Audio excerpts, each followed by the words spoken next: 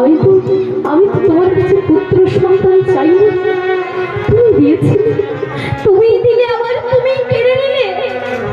তবে তুমিও শুনে রাখো, এই যে তুমি আমার সন্তানকে, আমার স্ত্রীকে আমার কাছ থেকে কেড়ে নিয়েছো, আমিও প্রতিজ্ঞা করে বলছি আজ থেকে তোমার জন্যই মন্দিরের দরজা বন্ধ। তোমার জন্য ভিক্ষা করতে যাব না, তোমার সাধন করবো না, ভজন করবো না, তোমাকে সেবাও দেব না। এমন কথা বলে মন্দিরের দরজা বন্ধ করে সন্তানকে গঙ্গার পাড়ে সমাধিস্থ করে গোবিন্দ ঘোষ বাড়িতে ফিরে এসে বিছানায় শুয়ে শুয়ে শুধু ফেলেই যাচ্ছে মা। দেখতে দেখতে 3 দিন হয়ে গেল বাবা। 3 দিনের দিনকে যেন শুধু বারবার সন্তানের কথা মনে পড়ছে। ওই যেন মনে হলো ছেলেটা আমার বাবা বলে ডাকছে, ওই যেন মনে হলো ছেলেটা বাবা বলে পেছন থেকে জড়িয়ে ধরছে, ওই যেন মনে হলো ছেলেটা উঠোনের মধ্যে খেলা করছে। যখন এমন কথা চিন্তা করছে, চিন্তা করতে করতে এমন সময় কে যেন পেছন থেকে বলে উঠল, বাবা, ও বাবা। গোবিন্দ বলছে, কে? আমি বাবা বলবো। বাবা, আমি যে তোমার গোপীনাথ বাবা। গোবিন্দ বলছে, গোপীনাথ? আমার যে গোপীনাথ, সে যে 3 দিন আগেই আমায় ছেড়ে চলে গেছে, সে যে আর নেই। বাবা, আমি যে তোমার বিগ্রহ গোপীনাথ বাবা, বিগ্রহ গোপীনাথ। বারবার বলছি না তুমি আমায় বাবা বলে ডাকবে না, আমি তোমার বাবা হতে পারি না। কেন বাবা? আচ্ছা বাবা, কোনো বাবার যদি 2টো সন্তান থাকে, একটা সন্তান যদি মরে যায়, আর একটা সন্তানকে কি তার বাবা না খাইয়ে মেরে ফেলে? বলো না বাবা। ওরে, আমি কেমন করে বাবা হব? আমার সন্তান যদি বেঁচে থাকতো, আমি বৃদ্ধ হলে, আমার বয়স হলে আমায় দেখতো, তুমি কি আমায় দেখবে? বাবা, আমার ছেলে বেঁচে থাকলে, আমি যখন পৃথিবীর মায়া পরিত্যাগ করে চলে যাব, আমার ছেলে থাকলে সাদা থান করতো, তুমি কি পারবে? ভগবান বলছে, হ্যাঁ বাবা, আমার ছেলে যদি বেঁচে থাকতো, আমার হয়ে অভিসাম্য সেবা করতো, তুমি কি পারবে?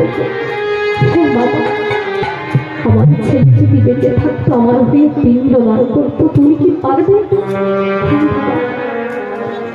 আর প্রতিটা শর্তে যখন ভগবান মেনে নেয়, গোবিন্দ বিছানা থেকে ছুটতে গিয়ে মন্দিরের দরজাটা খুলে বিগ্রহ গোপীনাথকে বুকের মাঝে জড়িয়ে ধরে বলছে, ওরে, আমি তোর কেমন বাবা, যে বাবা তার সন্তানকে 3 দিন কিচ্ছু সেবা দেয়নি, আমি তার কেমন বাবা?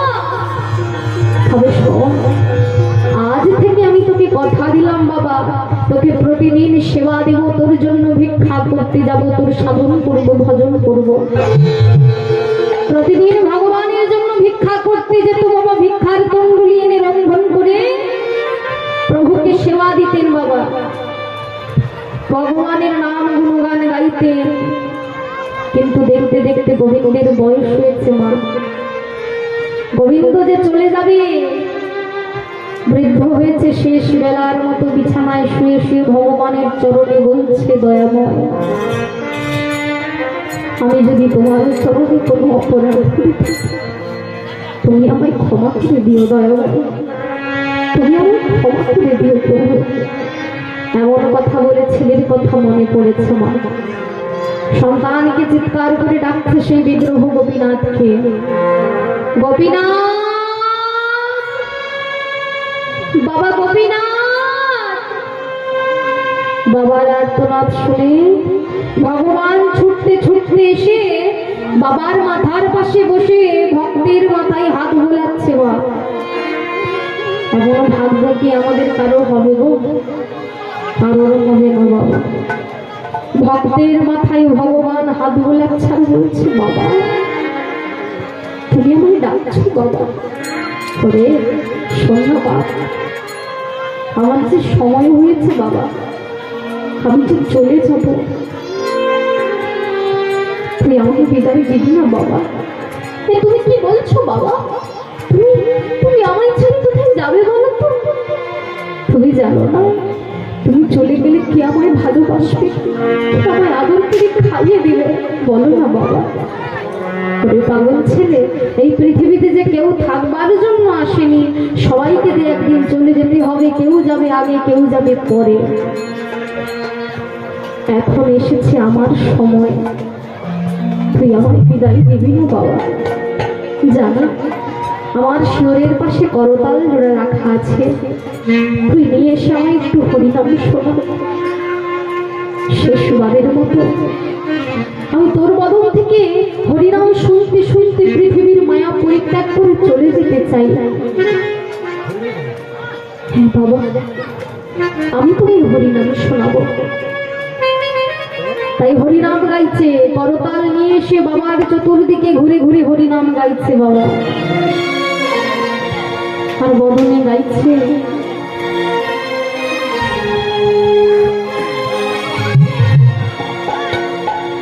হরে কৃষ্ণ হরে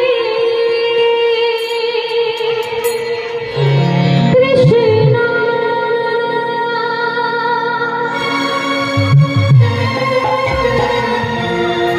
কৃষ্ণ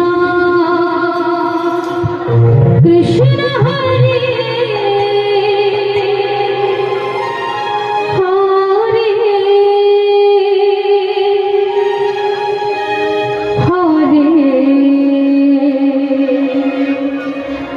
রাম হরে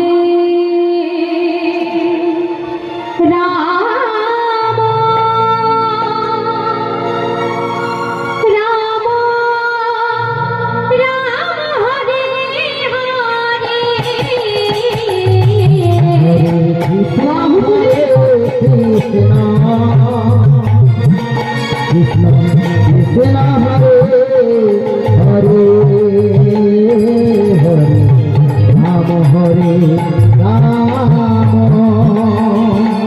রাম রাম হরে হরে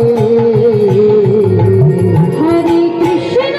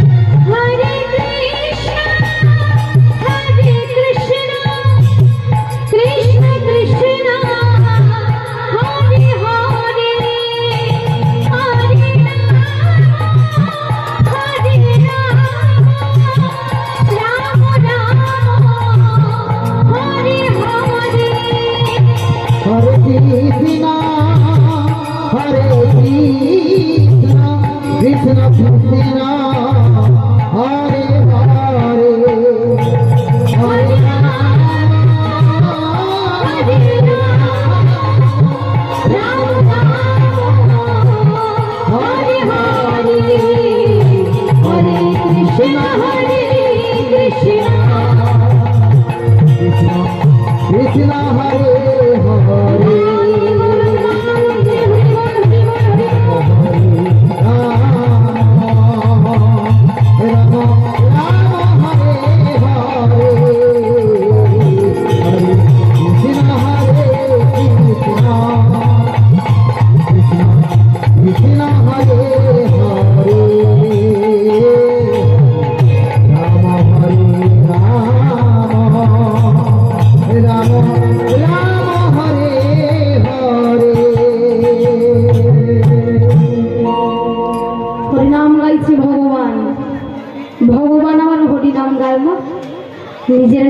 বদনে গিয়ে শোনাচ্ছে ভক্তকে। আর এই নাম গাইতে গাইতে কখন যেন এইদিকে গোবিন্দ ঘোষের প্রাণ পাখিটা উড়ে চলে গেলেন বাবা। যখনই গোবিন্দ ঘোষ দেহত্যাগ করলেন, গ্রামবাসী খবর পেয়ে গোবিন্দ ঘোষকে তাকে গঙ্গার পাড়ে সমাধিস্থ করলেন মা। পরের দিন পুরোহিতকে স্বপ্ন দিলেন ভগবান যে তুমি আমায় সাদা থান পরিয়ে দাও। তাই ভগবানকে সাদা থান পরানো হলো মা। 10 দিন ধরে হরিসান্ন সেবা দেওয়া হলো। এইবারে যে ভক্তের হয়ে ভগবান তিনি পিণ্ড দান করবে, তাই পিণ্ড হাতে নিয়ে দাঁড়িয়ে আছেন, বদনে গাইছে মা।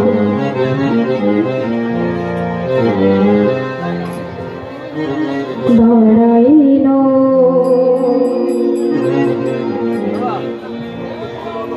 গোপীনা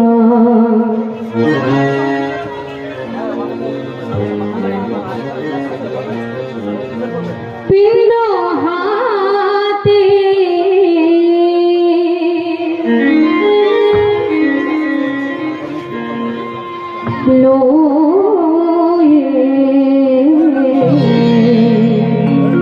দাঁড়াইল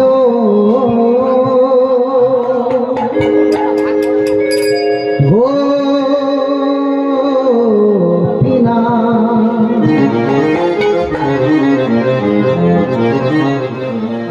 পিণ্ড হাতে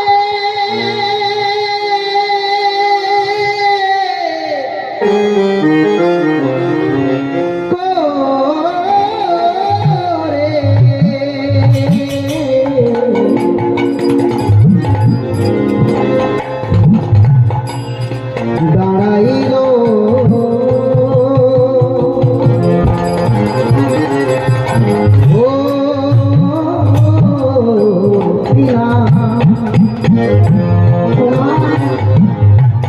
ভক্তের হয়ে ভগবান তিনি পিণ্ডদান করছেন বাবা। আমরা যখন চলে যাব মা, আমাদের সন্তান আমাদের হয়ে কত বছর পিণ্ডদান করবে গো? 10 বছর, 20 বছর, 50 বছর, 100 বছর, এর বেশি কিন্তু আর নয় বাবা। কিন্তু ভগবান ভক্তকে কথা দিয়েছে যে বাবা, এই পৃথিবীতে যতদিন চন্দ্র সূর্য থাকবে আমি তোমার হয়ে পিণ্ডদান করব। তাই এখনো পর্যন্ত ভগবানের হয়ে পিণ্ডদান করে চলেছে ভগবান। ভগবানকে সাদা থান পরানো হয়, 10 দিন ধরে হরিসন্ন সেবা দেওয়া হয়। তাই তো বলছি পিপিরি কার্য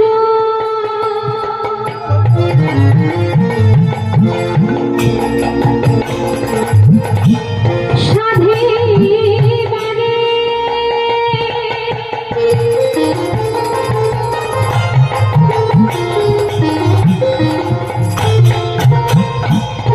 আমার গোপীনা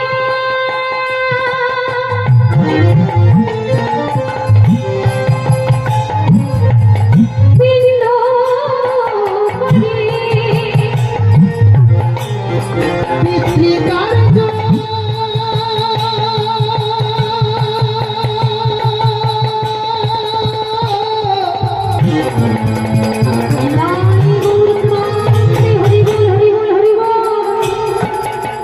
সাধিবারে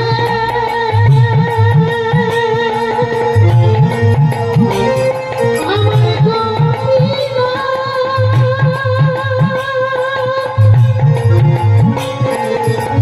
পিণ্ড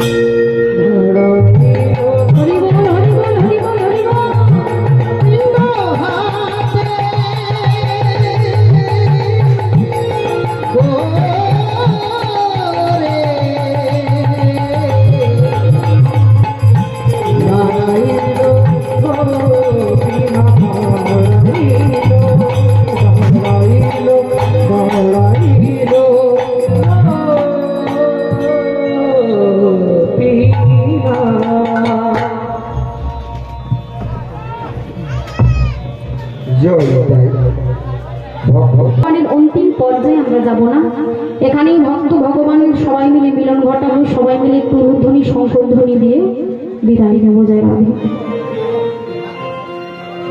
ভক্ত আর ভগবানের মিলন হইল, ভক্ত আর ভগবানের মিলন হইল, আর চাঁদ বদনে সবাই মিলে হরি হরি বলো, চাঁদ বদনে সবাই মিলে হরি হরি বলো, সর্বদনী সবাই মিলে